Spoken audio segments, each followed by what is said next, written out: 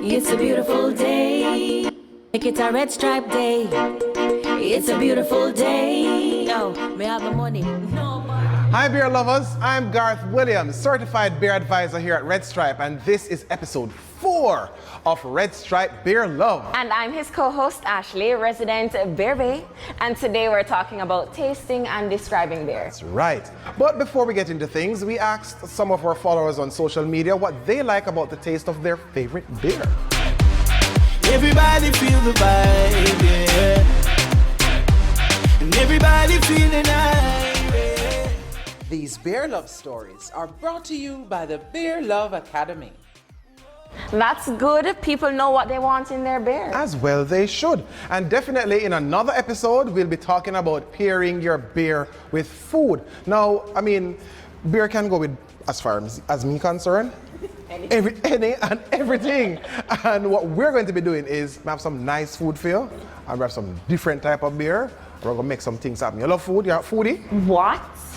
Yeah. You know you have people who live to eat and eat to live? Yeah. Yeah, man, I live to eat. You live to... Good. So we're going to make sure that we get some lovely, delectable treats for you, and then we're going to pair it with some beer and things. See? Now, the taste and flavor profile of your beer informs when and how you have it. Just like wine. Exactly. So Ash, I have a question for you, right? What do you like most about the taste of your favorite beer? So my favorite beer, I would have to say it would be the light beer flavors, specifically sorrel. Okay. The taste is just lovely, chef's kiss. And I love that I can pair it with like pineapple juice, orange juice, and I love how easy it is to just wash down with anything that I'm eating. Okay, all right, so you use it to make cocktails. That's really good. Now, I have a lot of friends who say they know beer, but I always say you can know all you can, but unless you've tasted the different types of beer, you cannot be an expert. So here we go now. True. And the truth is, to describe the taste as a whole is a different matter. True. Plus, every palate is distinct and we all have a different reference point for taste. Yes, we do. For example, most people wouldn't expect beer to have hints of banana or chocolate. So until it's said, you might not pick up on those distinct flavors. And that's why it's always good to do beer tasting together to share reference points for the taste, because the brain wouldn't immediately connect that distinct flavor That with makes beer. a lot of sense. I know it does. Well, today we'll demonstrate a simple tasting technique that really helps you to describe it. But beer tasting could become one of your favorite things to do with friends, actually. True. And the first thing to note when tasting beer is that you don't want to fill the glass or to create too much head. So this is a hot red stripe, eh? Okay.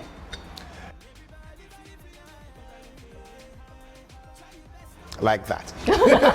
All right. Now start by looking, and this is for you. Start you. by looking at the color of the beer, holding your glass against the light or a white surface. Now, common descriptions of color are light, blonde, gold, amber, chestnut, ruby, dark brown, or black. This is red stripe, Yes. right? So describe it. How do you describe the color? Well, to me, this would look light. That's right. Ooh, point for Ashley. We make a pale lager style beer. Next is the scent of the beer. So what you're gonna do is, you're gonna roll the beer around in the glass. Yeah, just swirl it around a bit to release the fragrances and aromas, and then stick your entire nose, pop your nose right in there, into the glass.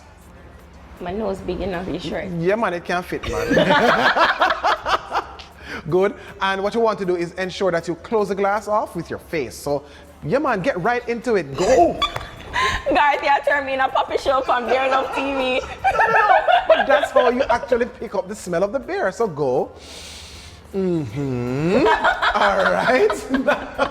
How was that for you? Did you know that you can smell more with one nostril, right? When you compare it to the other? So let's try that. My goodness, my All whole... right. You want me to try it too? Yes, please. Me alone can't do this. Well, let me pour a cold one this time. I think this was a better pour than that one. It's fine. All Let's right. go. There we go. So what we're going to do is we're going to try to trace the scents that you discover to the ingredients in beer. So malt, for example, gives off a slightly sweet, heavy fragrance. And if the malt is roasted or smoked, you will be able to detect caramel, coffee, or smoky scents. Nice. So let's give this a go, and then you can tell me what you smell. One nostril. One nose. One nose, or we're using one nostril and the one No, nose? my nose is big enough, but it ain't no split into two. Let's go. What do you get out of that? You get anything kind of sweetish? Anything kind of malty?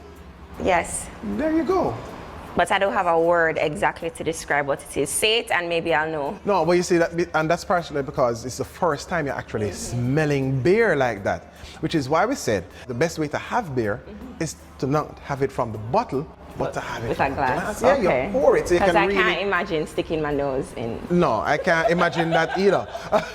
Right? Now, hops tend to be flowery or fruity fragrances. Yeast, too, sets a very clear tone with sweet flavors that resemble vanilla and banana. But it can also be a bit sour, like milk and citrus, or spicy, reminiscent of cloves. Okay, Now, so from you says citrus. I wanted to say citrus first, but Right. then I'm like, I don't know if that's wrong. no, you wouldn't have been wrong at all. Right? Love that. Great. Now, take a sip of your beer, but don't directly swallow it, right?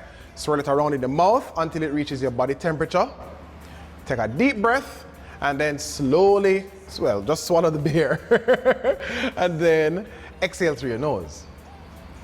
All right? So you're going to do that twice. Okay.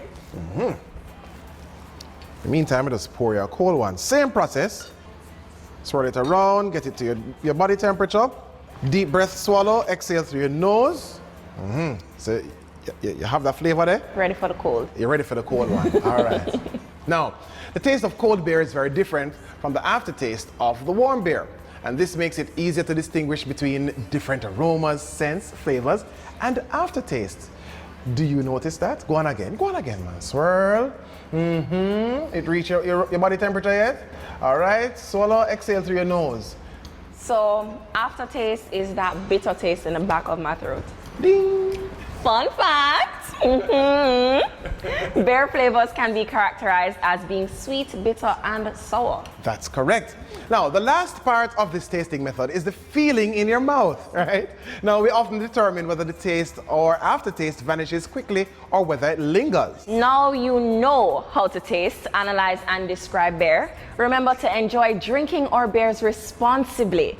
And for your friend who chooses not to drink, is a designated driver, can still join in on the fun with the new Heineken 00, which has no alcohol. So everyone who is 18 years and older gets to taste and enjoy some beer. And guess who has a Heineken 0?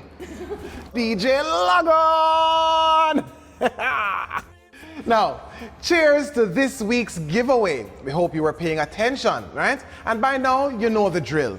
2 persons who comment on this post with the correct answer will be randomly selected to win a prize from Red Stripe. So, this one easy. True or false? Beer flavors can be characterized as being salty and tart. I know the answer to that. But you have to go tell me off camera. That's our episode on beer tasting. For the love of beer, drink and live responsibly. Must be 18 years or older. Cheers! Everybody feel the